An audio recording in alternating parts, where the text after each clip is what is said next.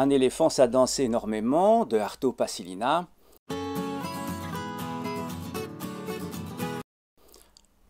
C'est distrayant, c'est jovial, c'est plein de gentillesse.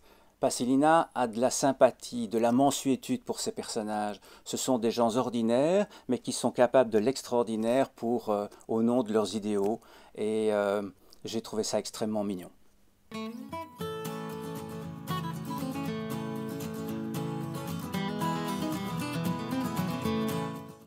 C'est l'histoire d'une acrobate finlandaise qui a passé plusieurs années dans un cirque russe et qui le quitte en compagnie de son éléphante préférée, qui s'appelle Emilia, qui a une dizaine d'années, qui mesure 3 mètres de haut et qui pèse 4 tonnes. Il se trouve qu'Emilia n'a plus le droit de rester dans le cirque parce que la Russie a décidé que les animaux sauvages n'y avaient plus leur place. Et donc, Lucia a monnayé son départ contre Emilia. Elle va la rapatrier en Afrique. Et c'est un long voyage. Elles vont d'abord ensemble traverser la Russie dans le transsibérien, et puis il est prévu qu'elles traversent à pied à la bonne saison la Finlande.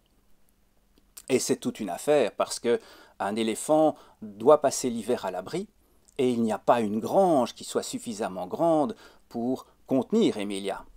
Alors Emilia et Lucia vont trouver des aides, et ce sont tous ces personnages que Passilina nous présente avec bonhomie, avec gentillesse. Ce sont des gens ordinaires, mais qui sont capables de l'extraordinaire pour ajouter de la fantaisie à leur vie.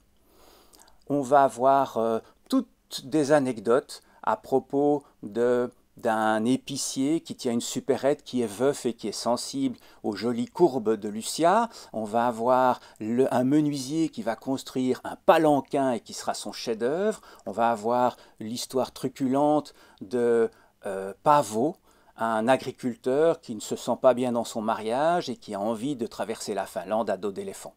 Et encore plein d'autres choses. Pour d'autres conseils de lecture, retrouvez-nous à la librairie de l'écrivain public, à la Louvière. Et n'oubliez pas d'aimer notre page Facebook.